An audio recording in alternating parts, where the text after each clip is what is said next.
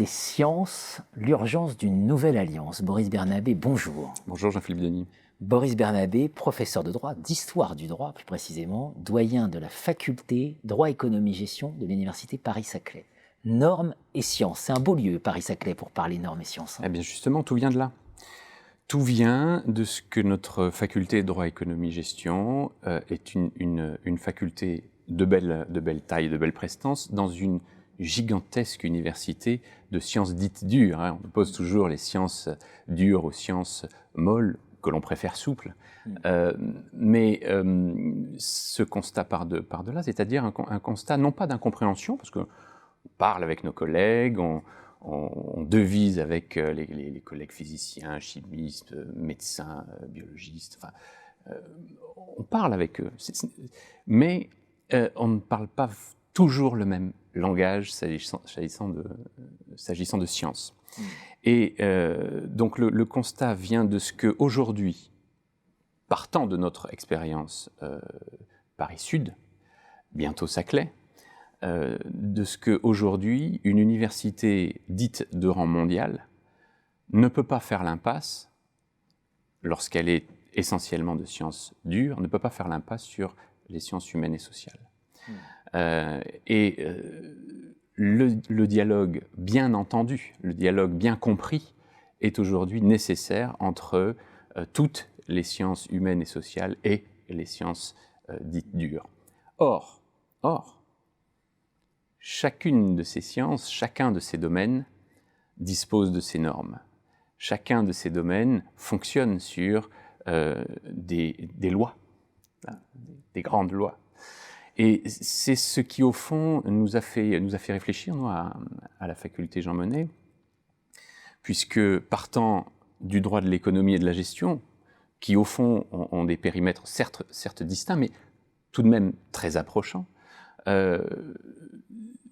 nous avons donc constaté que la façon que nous avons de réfléchir sur les normes, non seulement peut servir à nos collègues physiciens, chimistes, mathématiciens, mais que leur vision de la loi physique, de la loi mathématique, est aussi une pierre portée à l'édifice de cette vision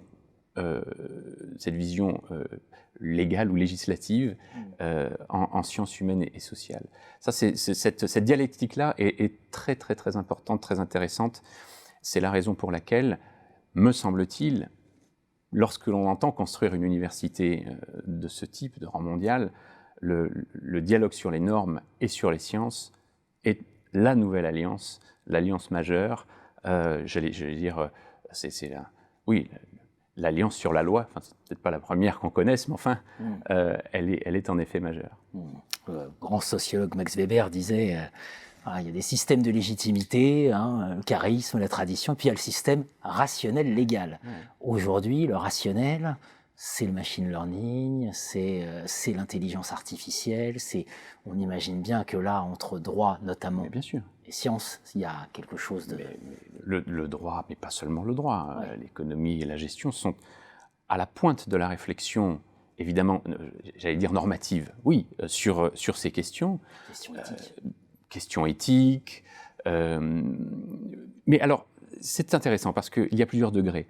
Le degré de la réflexion éthique est évidemment un degré tout à fait présent et majeur, mais ça peut aller aussi à des degrés beaucoup plus techniques ou beaucoup plus pratiques. Parlant de brevets, parlant de gestion de ces brevets, le droit et la gestion sont évidemment, s'agissant des découvertes de nos collègues physiciens par exemple, mais l'interaction est majeure.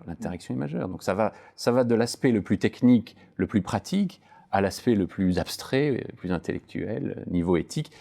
Passage, je m'étonne qu'aujourd'hui en France, en particulier dans notre université, mais en réalité en France en général, et même en Europe, la réflexion touchant à l'éthique médicale, non pas met de côté les juristes, mais enfin traite les juristes de façon périphérique, ou les questions juridiques de façon périphérique.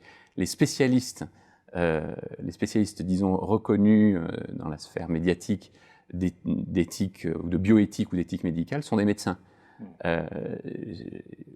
Preuve qu'il n'y a pas encore assez de dialogue normes et sciences dans nos universités entre juristes et médecins en l'occurrence. Entre juristes et médecins, normes à sciences, l'urgence d'une nouvelle alliance. Merci Boris Bernabé. Merci Jean-Philippe Denis.